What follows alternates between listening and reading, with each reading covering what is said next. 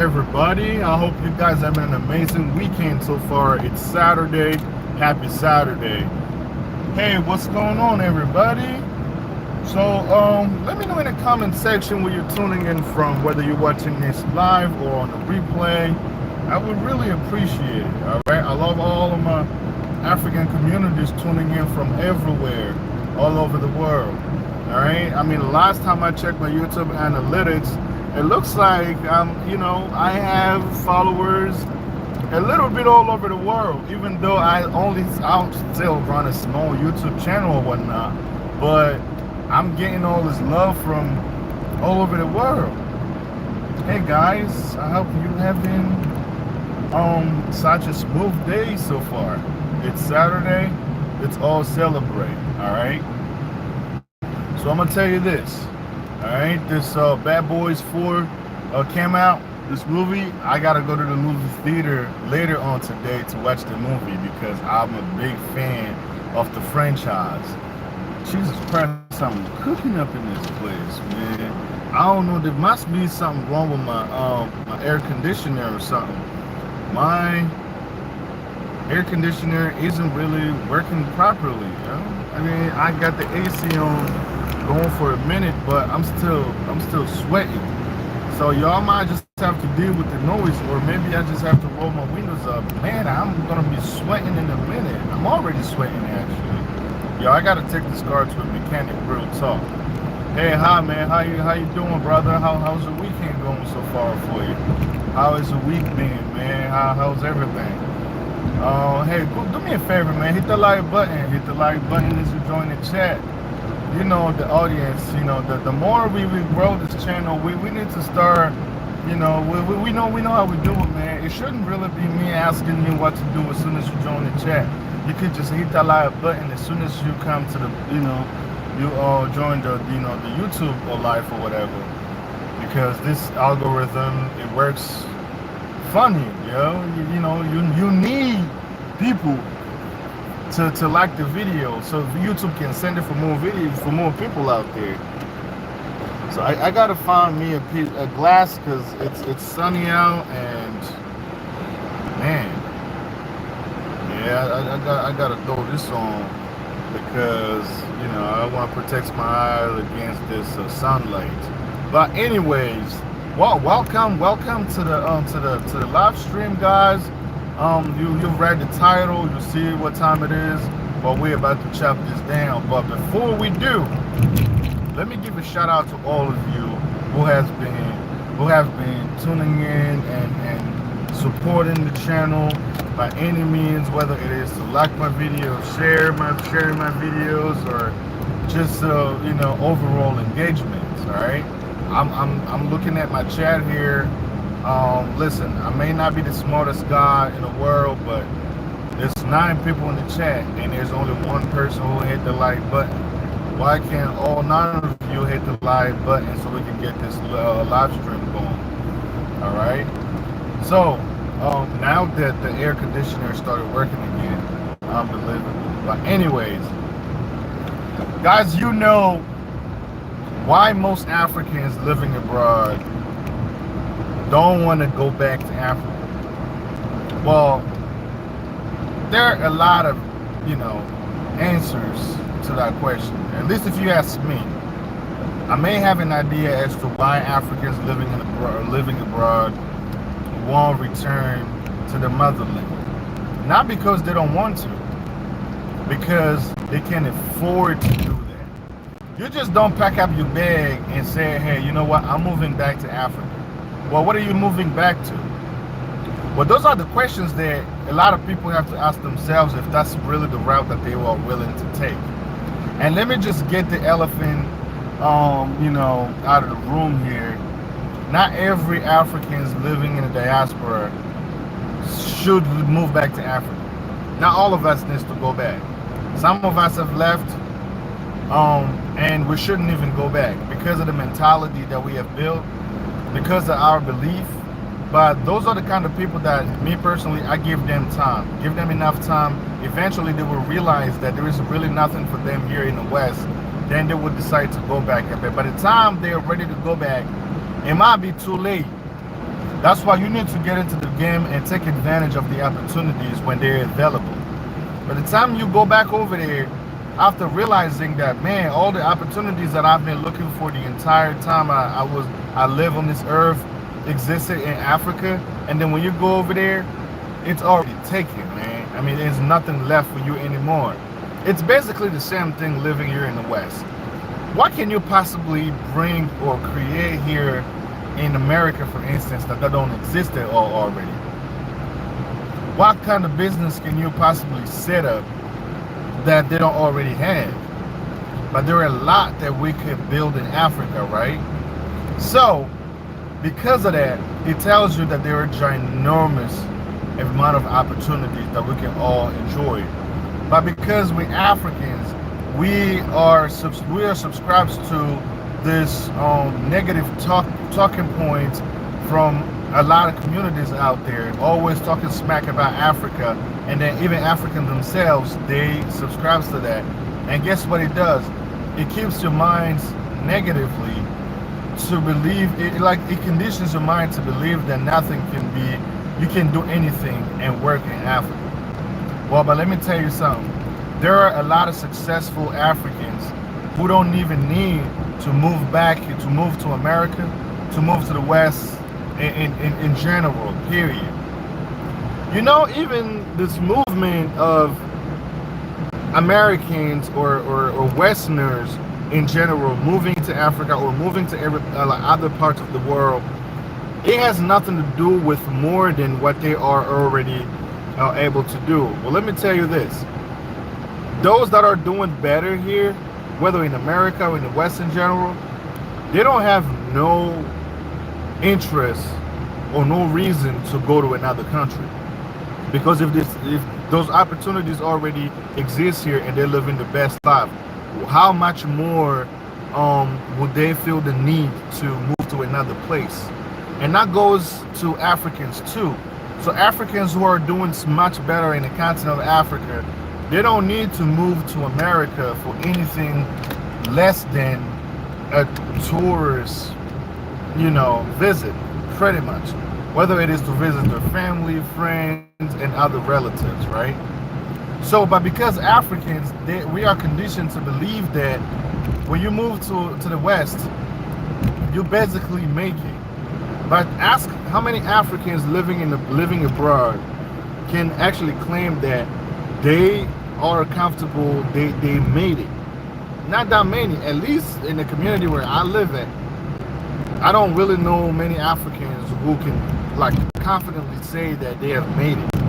I'm not saying that Africans don't make it here in the West, don't get me wrong, but the numbers are very, very slim. And do you want to know why? Because the system in the West is built in such a way that if you are a working class, a working family, you are not going to be appreciated. You are not going to just wake up overnight and everything is going to be fine. It is this continuous struggle. They keep promising you all of this, a better life and all of this promises that they make when they elected to political offices or whatever, and then you turn around after the term is over, your life is still the same. And I don't understand how a lot of people still don't read between the lines, they still don't see it. How many presidents have you got into power since you've been in the West, and how much has that changed your life? Just let me know in the comment section down below. Did that ever improve your life? Like the policies that they have advocated for, how did they improve your life? How did they make your life better? How did they improve the life of your children? All right. How did they increase your trust in remaining here in the West and continue to hope that you would somehow be better off in years to come? Please feel free to let me know in the comment section down below, because at least from my personal standpoint, I have never experienced such a thing. And I've been living in America for 13 years. When I came here, it was during Barack Obama's second term. Barack Obama got out of the office, didn't get anything done. President Donald Trump was elected. He ain't getting nothing done. Now Joe Biden is about to take America to the Third World War, and nothing is really happening. You know why? Because all of these lunatics, they don't care about anything more than themselves and their family. And that's why, as Africans, right, we need to start more, cheering for our communities and doing things that's more beneficial to our, communities. Things that would actually matter the most for us. Because keep in mind, if you have been living in the West for a period of more than 10 years, you know exactly what I'm talking about. Because a lot of people who have not been here long enough, they wouldn't understand where I'm coming from with this. But believe it or not, a lot of Africans living in the West, they are experiencing things that they didn't think was going to be the case when they originally moved here. For instance, living paycheck to paycheck is really a thing not only amongst Africans in the West, but even among Americans, for us who live in the United States of America. Go check the statistics. They're all out there. You can go on Google. They publish them in a yearly basis. The number or the percentage of Americans living paycheck to paycheck who can barely even afford the rent, now we have to go apply for food stamps and other entitlement social programs that the government provide, so that at least they have groceries on the table every single day. It is staggering. All right. But if you're not from here and you're willing to move here, whether from Africa, and you're hearing me talk about this, you'll be like, man, get out of here, you're crazy. But when you speak to Americans, Native Americans who were born and grew up here, they will tell you the total opposite. Let me tell you this quick story. I worked for this warehouse years ago, right? And I worked with a lot of Black Americans and Hispanic Americans born and raised here. When we talk all about, economics here in America or whatever, and then we started talking about American Dream. You know what they were telling me, bro? American Dream, does it even have a color? Ain't no American Dream. American Dream does not exist. I'm like, how so? It's like, bro, I'm born in this country, raised here. I don't know what American Dream people be talking about. But American Dream exists for the politicians who are opportunists, right? They're opportunists. They say there's opportunities because they are crooked. They take monies from these billionaires and these big corporations who contribute to their campaign, and they vote according to those people's aspirations. That is against the people who actually vote for them to advocate for them in a parliament or in the Senate floor or whatever the case may be, right? Those are the people who are living American dreams. But when it comes down to like everyday Americans, they are going through hell. It is the same as in Africa. That's why I keep telling y'all, in everything you guys are trying to do in your life, don't ever, under no circumstance, hope that the government will change things in a manner that actually makes your life better. And if you think that's the case, well, you better let this sink in. You will be waiting your entire life. All right, let me turn the car around so that the sun is facing me, so you guys can see me better. All right, because it seems to me that I was facing away from the sun and the lighting wasn't that well. So I'm gonna just spin around because I want you guys to be able to see me as we having this important conversations that a lot of people don't bother talking about. All right, guys, just bear with me here. Give me a minute. Let me know if you guys can see me better now that I have positioned my vehicle, not necessarily directly facing the sun, but I think this is it's a little better than where I had just parked. All right, let me grab this comments real quick before we move on. This comment out for review. All right, it looks like somebody's talking crap in the comment section. So, but I um I'm assuming they were just talking shit. All right. So let me see, because the comment is held for review, which means I will have to review it later and see if I would allow it. But you know me, I'm always about respect. I'm always about respect, and I'm not gonna sit up here and disrespect anybody. That's why these comments should, remain professional, courteous, and yeah. I mean, we don't always have to agree with one another.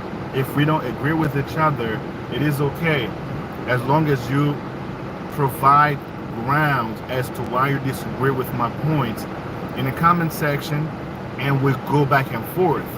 Maybe we'll come to a common ground and move on. But if you want to start talking smack, man, I'm not gonna have that kind of conversation here on my channel. I'm sorry. Let me see. If you tell anyone that you want to go back home, everyone starts discouraging you. And if you do, they can't wait to hear negative news from you so that they can ask you to come back. I would not have, I couldn't have said that better myself. And that's exactly the point. As an African living in America, if I ever speak to my family and tell them that I'm willing to move back to the Congo and run my business there, they think I'm about to go nuts. They think I'm going crazy or something. Because for them, being here in America is the best thing that's ever happened to me. But for me, it really isn't. I mean, don't get me wrong. I got a good job that's paying good money, but I'm not taking it for granted. I'm using the money that I'm making here to build what I'm building in Africa. So when that time comes that I feel I'm ready to move back, I can have a steady source of income that I can rely on without having to even think about getting on an airplane and flying back to America to get another job. A lot of people have done it in the past where they moved back to Africa, but they were not prepared enough. Now they have to come back here to go back to work. If I'm moving back to Africa, you better believe I'm moving for good. And I'm not coming back to America. When I say I'm not coming back, I'm not saying like I will never visit here. I'm just saying that I wouldn't come back here to get a job and get a paycheck. I'm not gonna do that. That's why I will make sure that, okay, now I feel like I am 100% ready to go, and I'm packing the stuff. I get on the airplane, I go back to Africa, I'll settle there, period.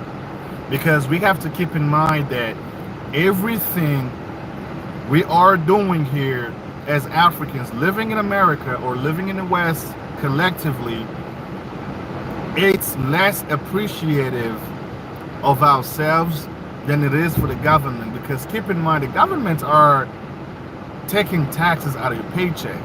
Every pay period, they take taxes. That's allowed them to build roads, even fund wars that are destabilizing some of our African countries, and creating those social programs that are beneficial to nobody but low-income communities, who, by the way, end up abusing the system anyway, because these social programs were designed to help people on their feet, get on their feet and move on. But then people gotten so comfortable, now they don't want to work. That's all they want to do, remain and continue to collect this government assistance, right? And I hope that they come up with a system. They do have systems in place where they investigate people who commit frauds with this, but trust me, a lot of them have mastered the way to do so, to where it's damn near impossible for the government to even track them down. All right, but don't get me wrong, there are people who really need this program. There are people who need this program more than most of us, right? Like people that are like disabled people, and people who are care dependent, who barely make have some sort of income that's stable enough to get them a really nice place to stay, or support them financially. Those are people who are eligible and who should be the most qualified to benefit from those programs. But for some other people, it's a no-no.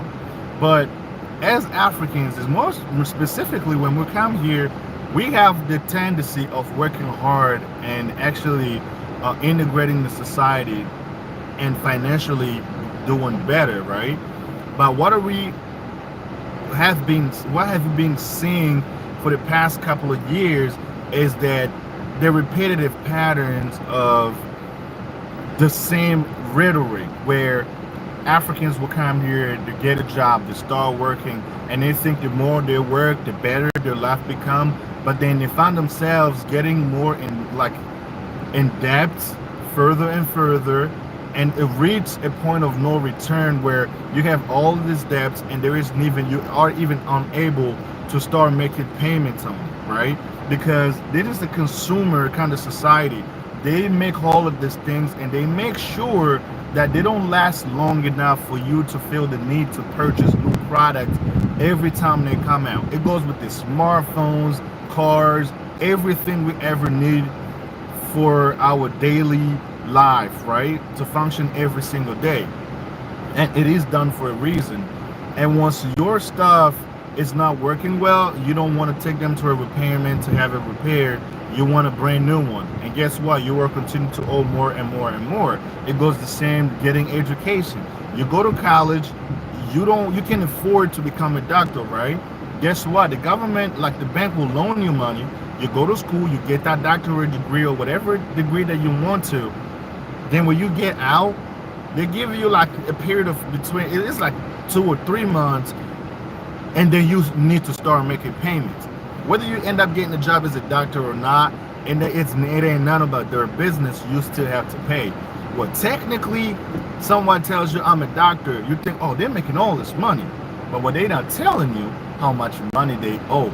They probably have to work like the first 10 or even 12 years of their life paying their way out of their debt. And then eventually they can start enjoying their lives. But we know life is too short, right? That's why we have to live in the moment. So there is no guarantee that you will even live longer, right? But I'm not discouraging nobody to go to college, but I'm just laying it all out to you so you know what you are looking at. That's why when I was in college, I didn't want to go for a 4-year degree. I wanted to just get my associates and do like a training that's not going to require a long time, but that's going to still, give me the ability to get a job that pays a 6-figure salary so that I don't have to struggle. I was fortunate enough, I find my area, I made peace with it, I'm cool with it, you know what I'm saying? And it's working out perfectly for me. And guess what? I'm exactly where I need to be because I'm already working on the things that I promised myself that I would do. And that's a great thing. And I'm doing it. And I am going to continue to do it until it reaches that level where I'm comfortable and be like, hey, friends, thank you for everything you've done, how you supported my channel. I think I've made it. I'm packing my bag. I'm going back to Africa. But the reason why a lot of Africans are not ready to move back to Africa, no matter how much they really want to do so, is because, number one, financially speaking, they're unable to do so due to the system that exists here in America. For instance, you get this job, you just basically working to pay bills. A lot of people can't even take vacation time because they don't have any, they don't have enough, right? And number two, they don't have some sort of income or a business that they have established that guarantee like a certain payment, whether it is bi-weekly or monthly, to support their lifestyle, right? And because they don't have that, they can't just move. and that includes me. I'm not out of the equation here. We all fall under the same bubble. You know what I'm saying? We all falls under it. But someone like me, I am very, very dedicated and motivated to work my way towards that goal. That's why I have been doing the things I'm doing. I started my farm. I'm still building on my farm. I just, moved the pigs inside the barn, and I got people working there. I just got off the phone before I went live with my guy who's actually going there constantly, making sure things are run smoothly. If there is something missing, it reports to me. If there is something that I need to buy to make things better, is always in constant communication with me, and that's how I'm running things from distance. It's not the most effective way to go about it, but sometimes when you are establishing business in Africa while you're still abroad, you will have to deal with it for a couple of more years before you are able to move down there and run things yourself. So somehow I still need to communicate with them and trust them enough to do the things that I want them to do, because I'm not ready to move there yet. You know what I'm saying? So I'm doing this so I can learn as much as I can possibly learn, and the mistakes that I'm making along the road. So when I move there, I know exactly what to expect. And hopefully I won't have to start over, because I've already launched my pig barn for the second time. Now I already got the estimate and the project's already drawn for me from one of the contractor for my poultry farming. It's the price is way more affordable than I thought it would be, and I'm very excited to start this. You guys, I talked to you about the things that I do with other Congolese within my community where I stay here, where we do this thing. It's called Susu. Every 2 weeks we contribute. We put like $400. It's 16 people. You get like 6,400, and mine is going to fall on the second week of July when I get it, and that's what's going to finance my chicken coop for my poultry farming project. So it's probably going to be a third of what I'm getting, right? The price of building that. It's very, very necessary to do those things, because we all know how difficult saving money can be sometimes. Let me throw my glasses back on because my eyes start, feeling funny a little bit. So you guys understand why it is necessary to do certain things step by step, because success, it's more incremental. You can't just expect to wake up one morning and start business in Africa and succeeding overnight. That's unfortunately not how that works. You will need to put in more work and effort, go through a lot of headaches. And if you don't have that thick skin to do business in Africa, I wouldn't recommend you to do business in Africa to begin with. But as far as moving back as Africans living in the diaspora, it really takes a lot of times to get there. It really takes energy.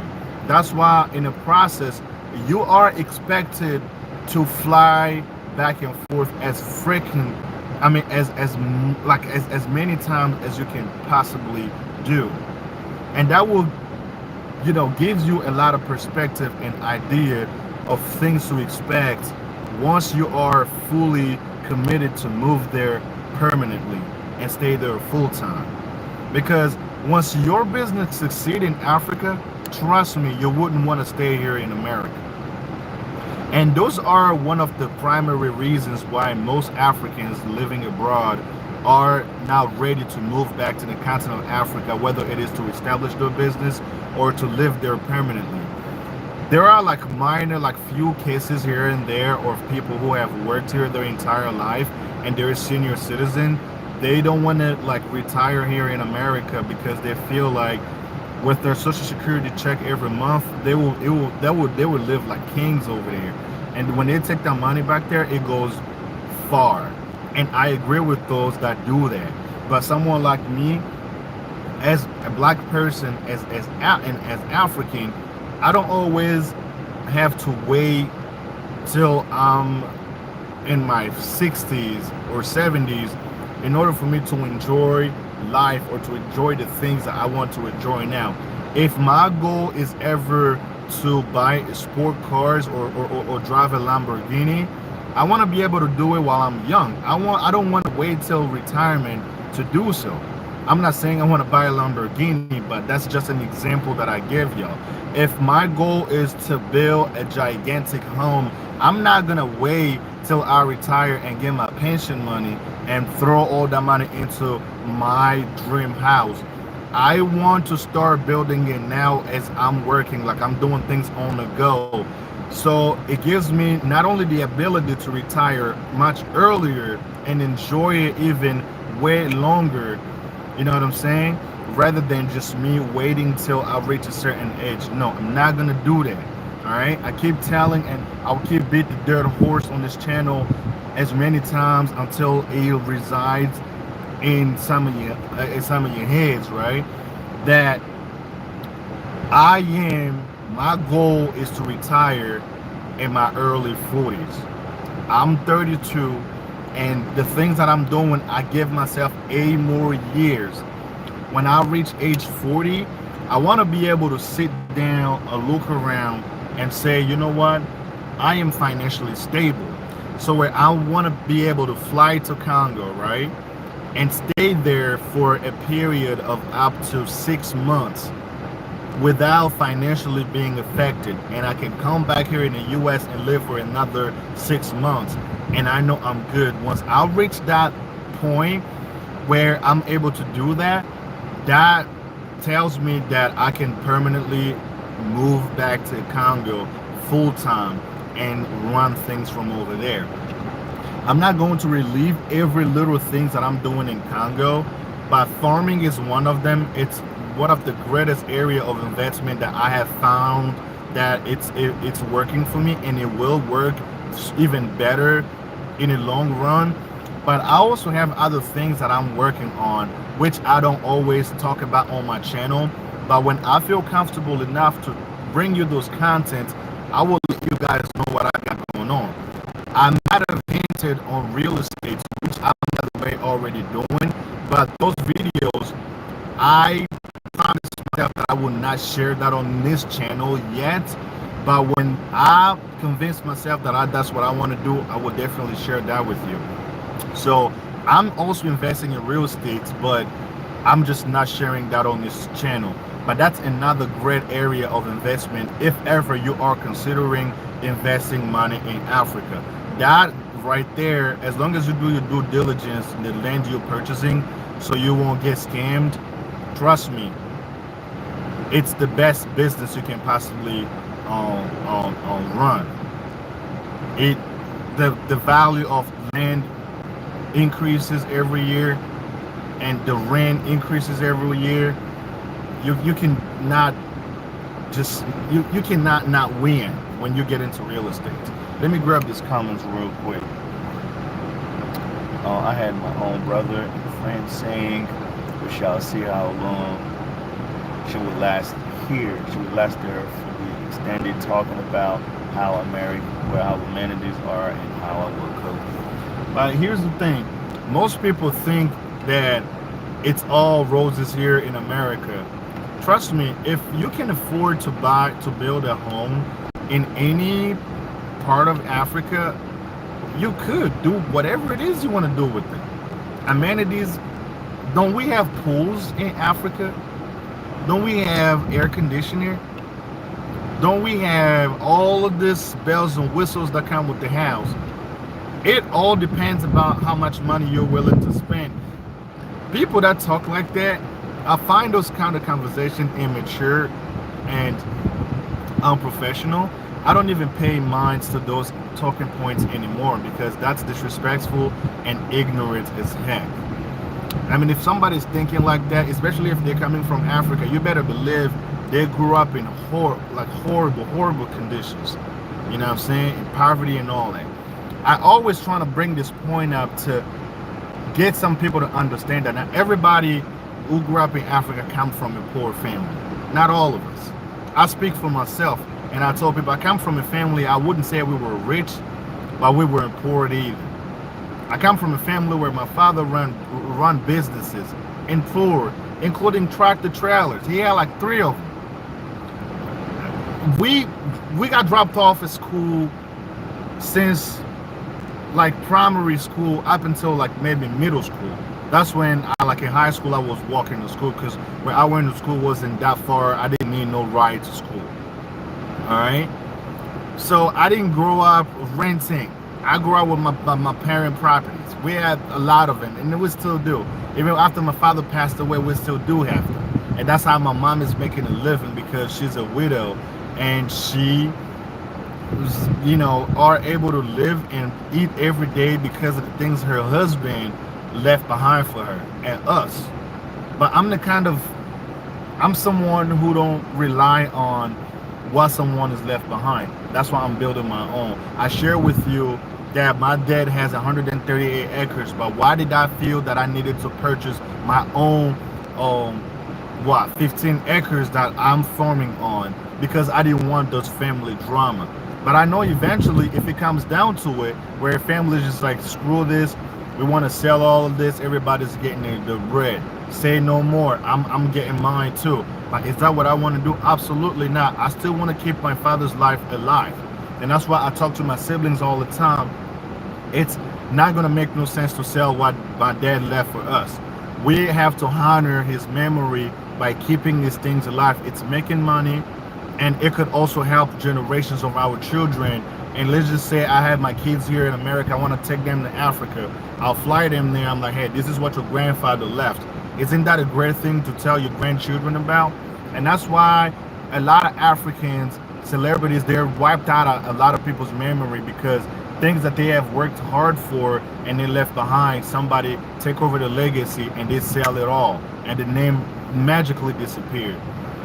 That's not how you keep a legacy. All right, guys. So I tend to talk about these things to bring awareness so we can all see where we stand. But yeah, I got a lot of things that I need to do today. Is Saturday. I want to go to the movie theater and watch Bad Boys 4 Ride or Die. All right, but I'm here. I'm about to head in this grocery store, grab some groceries, drive back, get in the shower, get ready to go watch the movie because I'm very excited about it. But in the meantime, I wanted to come here real quick and have this conversation with you guys.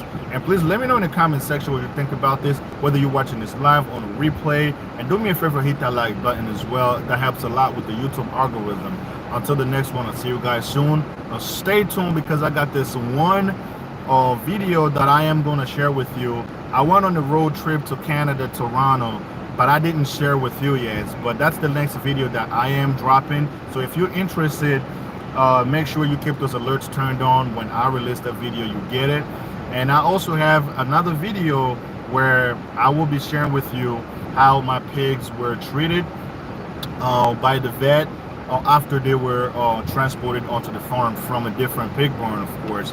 And look out for that video as well. But that's going to drop after the video when I went to Canada on the road trip. All right, guys, without wasting any more of your time, enjoy your Saturday. Have a fantastic weekend. I'll see you in the next one. Peace out.